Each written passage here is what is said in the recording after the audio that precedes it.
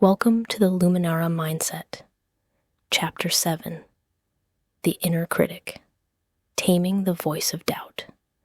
We have learned to distinguish the voice of the ego from the whisper of our spirit. Today, we turn our loving attention to the ego's most persistent and often most painful manifestation, the inner critic. If you have ever been paralyzed by a fear of failure, haunted by past mistakes, or convinced that you are fundamentally not good enough, then you are well acquainted with this voice. It is the relentless narrator of our perceived flaws, the tireless judge holding court in the privacy of our own minds. It tells us we are not smart enough, not talented enough, not worthy enough. It compares us to others and always finds us lacking. For many, this voice is so constant it has become indistinguishable from the truth. But it is not the truth. It is only a story. To begin taming this voice, we must first understand its origin. The inner critic is not an evil entity trying to destroy you. It is a primitive part of your ego, born out of a misguided attempt to protect you. Its primary motivation is fear. It believes that if it criticizes you first, it can protect you from the future judgment or rejection of others. It believes that by constantly pointing out your flaws, it can motivate you to fix them, thereby keeping you safe within the accepted norms of the tribe. It is trying to protect you by keeping you small. It is a security guard that has become overzealous, locking you in a cage for your own safety. Our task is not to fight this critic, for fighting it only gives it more strength. Our task is to meet it with awareness and compassion, to transform our relationship with it from one of victim to one of wise, loving witness. This transformation happens in a few gentle steps. First is awareness. We must learn to recognize the voice when it speaks. Based on our practice of self-observation, we can begin to notice the specific tone and phrases of our critic.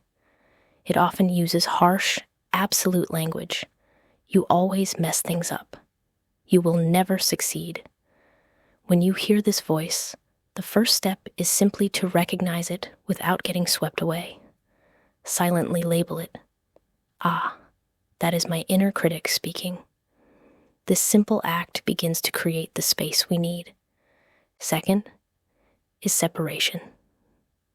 To create more space, it can be incredibly helpful to externalize the critic. Give it a name or an image. Perhaps it's a grumpy gremlin on your shoulder, or a stern judge you call Bartholomew. It might sound silly, but this technique is profound. When the thought, "I am so stupid," arises, you can reframe it as, "Ah, Bartholomew is worried again. I hear him." This separates the thought from your identity. You are not the thought. You are the one who hears the thought. Third is compassionate inquiry. Once you have separated from the voice, you can get curious. Instead of believing it or fighting it, you can turn towards it with gentle curiosity.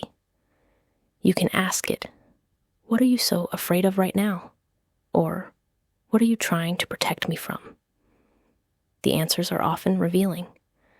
You might find that beneath the harsh criticism is a deep fear of failure, a fear of being unloved, a fear of being abandoned.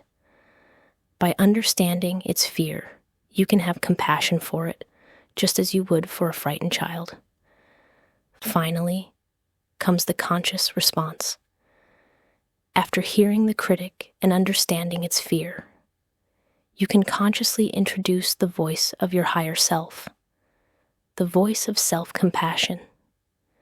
You can thank the critic for trying to protect you, and then offer a new, more truthful perspective. If the critic says, "Don't even try, you'll just fail," you can respond internally with, "Thank you for your concern for my safety. I understand you're afraid, but I am choosing to be courageous.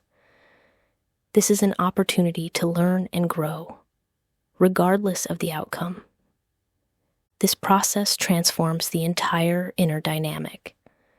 You shift from being a prisoner of this voice to becoming the compassionate leader of your own inner world. You learn to hold your fear and your critic with love, while consciously choosing to act from a place of courage and self-belief. This is the alchemy of awareness. You are no longer defined by your doubt. You are empowered by your consciousness. Your practice this week is to become a gentle detective of your inner critic. In your journal, write down the answers to these questions. What are the top 3 things my inner critic says to me? What is its tone? Is it sarcastic, angry, fearful? And finally, if you were to give your critic a name or an image, what would it be? Get to know this part of you so you can begin to meet it with awareness. Please subscribe now to our YouTube channel, along with visiting our Instagram page at Luminara Mindset. Join our community of seekers, healers, and dreamers. Begin your journey to peace, transformation, and inner radiance, one sound at a time.